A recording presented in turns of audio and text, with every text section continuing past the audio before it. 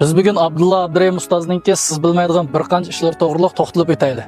Abdulla Abdurahim ustoz bir danliq naqshcholpon bo'lib qolmay, rayonimiz erlarining kiyinish ulgisi va modaning boshlamchisi desakmi bo'ladi.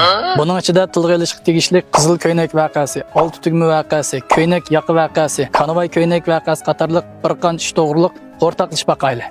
Abdulla Abdurahim ustoz 2013-yil o'tkazilgan tunji qitimliq naq maydon naqsh kechiligida qora-ko'k kostyum ichiga qizil ko'ynak moslashtirgan bo'lib, bu xil kiyinish uslubi boshqalarga bak yarab ketgan maqanda. Shuningdan keyin rayonimiz erlarining orasida chaponning ichiga qizil ko'ynak kiyish bir mezgil moda bo'lgan. Shundaqla erlar kiyim-kechaklarini sotadigan do'konlarda qizil ko'ynak yetishmagan yoki pakiz tugab ketgan.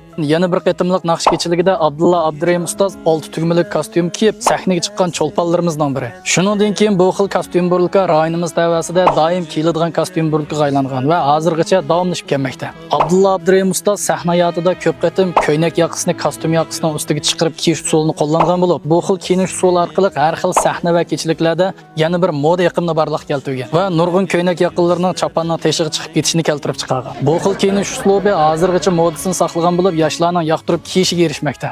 Abdulla ustoz birinchi qaror ipak sadosi programmasida uchisiga oq rangli konvoy ko'ynak kiygan bo'lib, bu xil sahna kiyimi xalqning yaxshi ko'rishiga erishgan. Xalq orasida ta'siri zo'r bo'lgan. Abdulla ustoz odatda mo'tabar marksist kiyim-kechaklarni kiyishni yaxshi ko'radigan bo'lib, bu xil tipdagi kiyim-kechaklar Abdulla ustozning mo'tabar salobatiga texmi salofat qo'shgan.